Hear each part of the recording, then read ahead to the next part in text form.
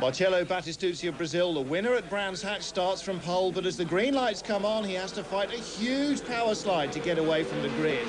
Second fastest qualifier, Austrian Walter Thimmler, battle on his hands. Giovanni Montanari, Andrea Piccini and Sepp Koster banging wheels as they try and take third place from him. Stuart Saggers in the black and pink car tucking in sixth. So this massive 30-car field swinging around the lake, and Battistuzzi leads it. Thimmler, Montanari third, despite the best efforts of Piccini. Then Dutchman Koster's in fifth, and Saggers, the Englishman, in sixth place. Piccini, 24, climbing all over the back of Montanari, number one, but he'll have to look out for Koster, who's looking very feisty early on here. And Stuart Saggers coming under pressure as well for sixth position, number four, but drama. Montanari's hand is out of the cockpit. He's slowing down. Giovanni Montanari running wide at the chicane as everybody streams by him. And it looks as if he is really out of this race. He's slowed to a complete halt. So Montanari out of it, and there are changes all the way down the order. Everybody really very aggressive in this opening lap before the routine settles down. And it's a round of the German Opel series as well. So this is a very important race indeed to some of these drivers. So they stream through, Battistuzzi and Thimmler, then a gap, then Piccini, the Italian, then Koster and Saggers, and then Gregor, Geuenich from Germany, and there is Montanari in the pits with gearbox problem, the Italian out of this one. But his teammate Battistuzzi still leads it from Thimmler. Thimmler was fourth at Brands, second at the moment, so he's doing even better here. But look further back, that's Marco Stipp on the left and Goncalo Gomes going past him. The Portuguese taking ninth under braking, a great move. And trouble at the chicane, contact, that's number three, Alessandro Morelli, almost losing control in the middle of the pack. So over the line they come. Marco, 55, determined to take ninth place back. Geuenich holds on this time, and it looks as though they're closing on Jorg Bergmeister just ahead of them as well. Now here they come, right with Bergmeister. This is 8th, 9th, 10th and 11th now, because number 29, Stefan Haak, is right in there. He's ahead of Marco, he's in 10th position. So fantastic dicing at the front, in the middle and all the way down through this field. And trouble at the chicane, number three, that's Alessandro Morelli again. We saw him getting the other chicane wrong, and he's got that one wrong too, but no problems with chicanes for teammate Battistuzzi. Maybe Thimmler, maybe Piccini, maybe Koster can get in on the act. This is the battle for 14th. Robbion Landgraf, Marco Nevalainen and Katja Muller, and very, very sideways there. Jeroen Reichens, nearly taking off Englishman Michael Graham. 22, very sideways. That's Ernst Poppenberger. And Morelli again in number three. So Morelli having a very, very exciting time. Here they come again. Poppenberger leads them. Oh my goodness. Mika Talasvori, the Finn. Looking again, he's locked everything up long before they turn in. And the Austrian just sat there and watched as he ripped the wheels off on his car and slid straight out of the race. So Battistuzzi's away, and Piccini now closing on Thimmler. Piccini looking for a way past, but no chance here. He's not quite close enough. And Katja Muller in the pits. Well, dreadful luck for the German lady. She didn't even complete a lap at Brands Hatch, and out again. Now here comes Piccini. He's alongside under braking. Through he goes, but he's lost momentum, and Thimmler comes back around him. Fantastic move from the Austrian. Really kept his head there under pressure. Clever driving indeed. So Thimmler still second, Piccini third, Koster fourth, Saggers fifth. Saggers, wretched luck at Brands Hatch. In qualifying, ran really strongly in the race, and doing so here again, really pressuring the Dutch driver into locking his brakes there. Here's the battle for 15th, Nevalainen on the left, Zunino on the right, the Brazilian, and Dekarski, the German, waiting for it all to go wrong. Zunino, the Brazilian, takes 15th from his Finnish rival.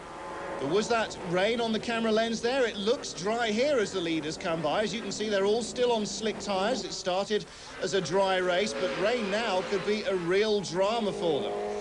Here's that 15th place battle again. This time Dekarski on the brakes past Zunino, and a big slide from Zunino.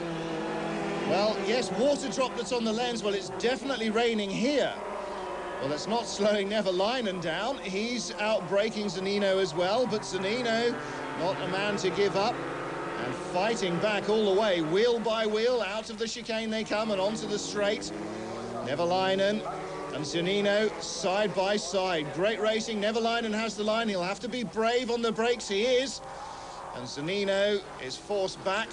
But look at the way they're sliding. They're all over the road. Zunino under pressure from Harold Procik of Austria. Procik can't get past, so the Brazilian holds that place at least. Back with the leaders then, and hard to tell whether or not it's wet here. The tyres aren't shining particularly, nor is the road. The drivers will know, of course, they'll have water on their visors. But it may not be wet here. It may only be raining on one part of the track. So, well, it's definitely raining here. No doubt about it, and you can see it quite clearly now, raining heavily there.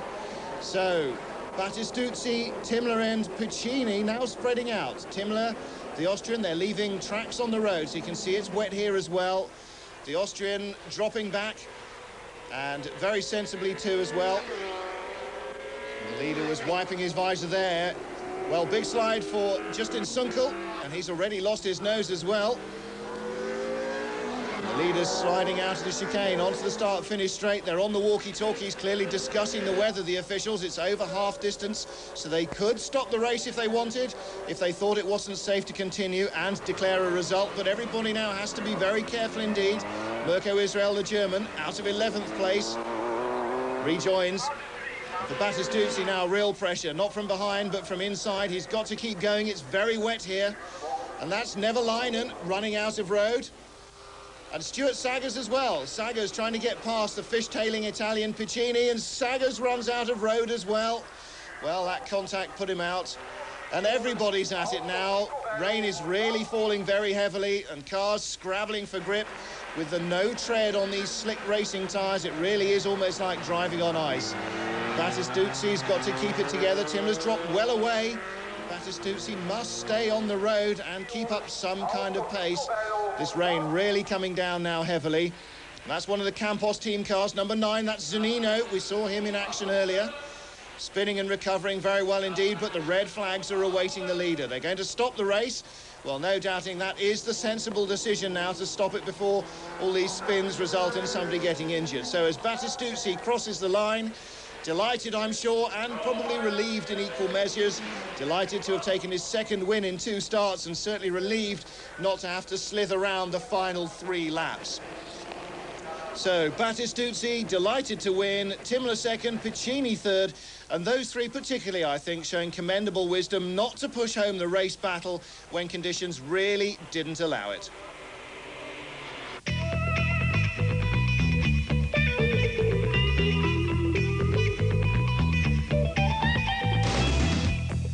Victory at Zolder for Marcelo Battistuzzi was richly deserved.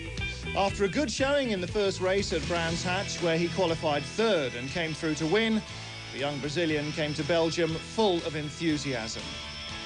A convincing run in qualifying secured pole position, from which Marcelo dominated the early going. But as his rivals closed in, the weather did likewise, and Battistuzzi was forced to use all his evident car control to keep up the pace on a track that was like a skating rink to the slick-shod Formula Opels.